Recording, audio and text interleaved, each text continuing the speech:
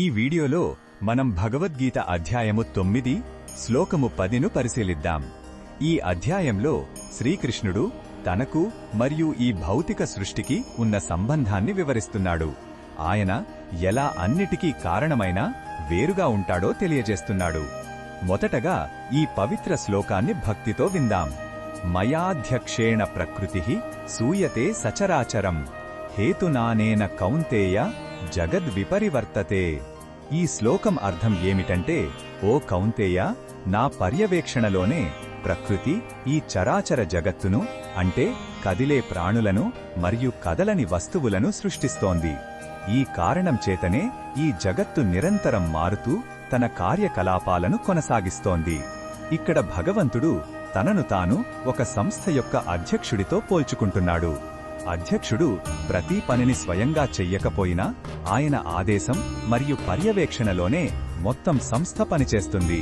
అలాగే శ్రీకృష్ణుని సంకల్ప శక్తితోనే ప్రకృతి తన విధులను నిర్వర్తిస్తోంది.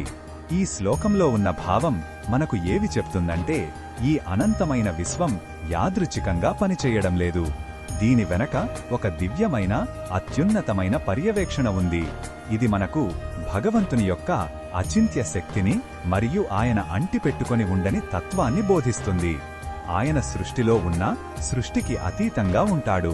ఈ గొప్ప సత్యం మనలో వినయాన్ని, భక్తిని నింపుతుంది.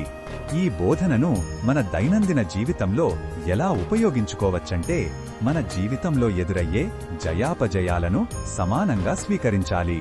మన విజయాలకు అహంకరించకుండా, అపజయాలకు కృంగిపోకుండా ఉండాలి. ఎందుకంటే మన ప్రయత్నంతో పాటు ఒక ఉన్నతమైన శక్తి యొక్క ప్రణాళిక కూడా పనిచేస్తుందని అర్థం చేసుకోవాలి. మన కర్తవ్యాన్ని శ్రద్ధగా చేసి ఫలితాన్ని ఆ పరమాత్మకు వదిలేయడమే మన పని. ఇది మనసుకి శాంతిని ఇస్తుంది. మరిన్ని భగవద్గీత శ్లోకాల అర్థాన్ని తెలుసుకోవాలంటే మా తదుపరి వీడియోలను తప్పకుండా చూడండి.